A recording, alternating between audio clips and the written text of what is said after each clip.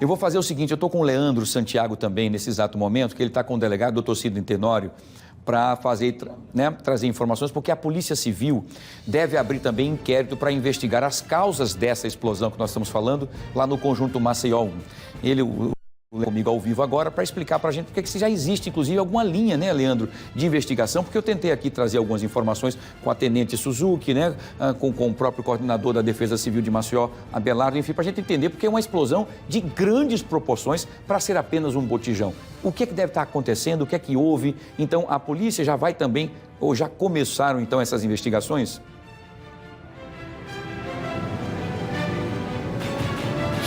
Sim, Wilson, boa tarde para você, boa tarde para todo mundo que está acompanhando o Fique Alerta. Ainda não tinha cumprimentado você. Obrigado a você que está nessa cobertura especial. Pois é, a polícia já começou a investigação e, por enquanto, a linha de investigação é quanto a um incêndio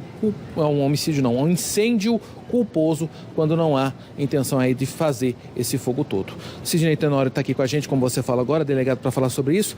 Essa, por enquanto, é a linha, né, delegado? Boa tarde. Boa tarde a todos. Exatamente, a gente tem mais ou menos essa linha traçada desde as primeiras horas da manhã de hoje, quando a primeira equipe da Polícia Civil chegou ao local e conversou, inclusive, com os peritos do Instituto Criminalística que já estavam fazendo aquele trabalho inicial. Vale lembrar que às 4 horas da manhã, por volta das 4 horas da manhã, recebemos o chamado na Central de Flagrantes. A doutora Maria Tereza, que estava de plantão, acionou tanto o IML quanto o IC para ir ao local, bem como o Corpo de Bombeiros.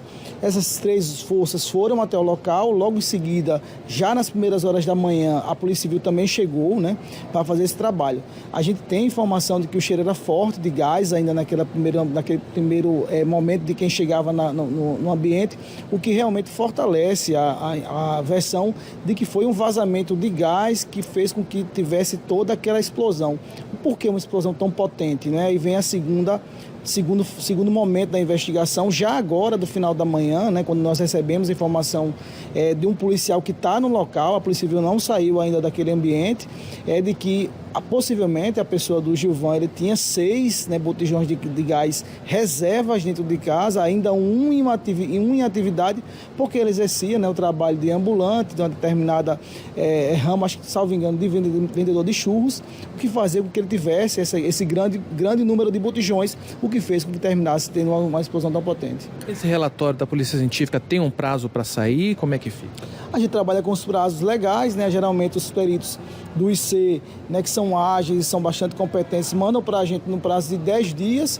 Nesse período, a doutora Cássia Mabel, que é a titular do 10º Distrito Policial, que vai presidir a investigação, ela deve ficar justamente ouvindo testemunhas, né, para que quando chegue todos os laudos, tanto do IML, quanto do IC, quanto do Corpo de Bombeiros, cheguem para serem encartados na investigação, ela já vai ter com mais ou menos uma linha traçada.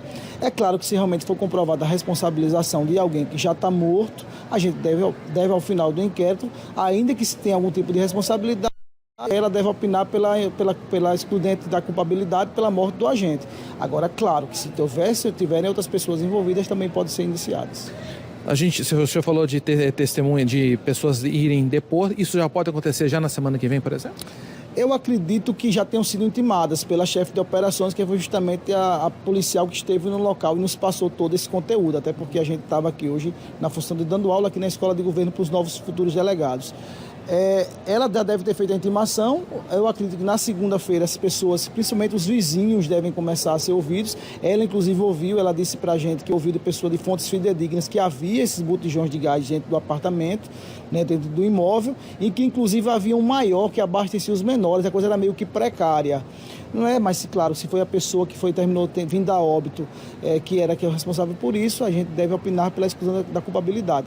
Mas é uma fatalidade, a gente como Polícia Civil lamenta, né, inclusive a morte de uma criança ainda de 12 anos, bem como que de um idoso nessa fatalidade que ocorreu na parte alta do Maceió.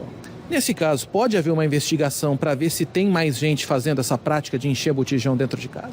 Isso sempre ocorre, né? A gente, assim, inclusive, recentemente recebeu lá na Delegacia Geral, na parte da minha, além de ser hoje diretor da área metropolitana também, estou mais ou menos na assessoria do gabinete do delegado geral Gustavo Xavier. A gente recebe comumente, né, alguns tipos de demandas, vindo com alguns relatórios de investigação de possível comércio ilegal de gás de cozinha, né? Justamente são ambientes que são perigosos, né? A gente sabe que está aí a prova, né? Parece que havia um vazamento e possivelmente o gatilho deve ter sido algum interruptor de luz, porque geralmente o interruptor de luz é suficiente para ser gatilho para a explosão de um ambiente que esteja inundado por gás liquefeito de petróleo. E geralmente a gente faz esse trabalho com o comércio. É claro que é importante, se você agora está em casa, você sabe que o seu vizinho está usando um imóvel que é residencial, como um apartamento, por exemplo, para fazer que seja comercial, né? A gente sabe que, infelizmente, muita gente trabalha, por exemplo, com venda de refeições, faz isso dentro de uma cozinha residencial, faz dela uma cozinha industrial. Se você sabe disso, aí você faz aquela ligação, denuncia o caso, que é provavelmente que é o Corpo de Bombeiros que vai fazer essa fiscalização. Tá certo, obrigado pelas informações.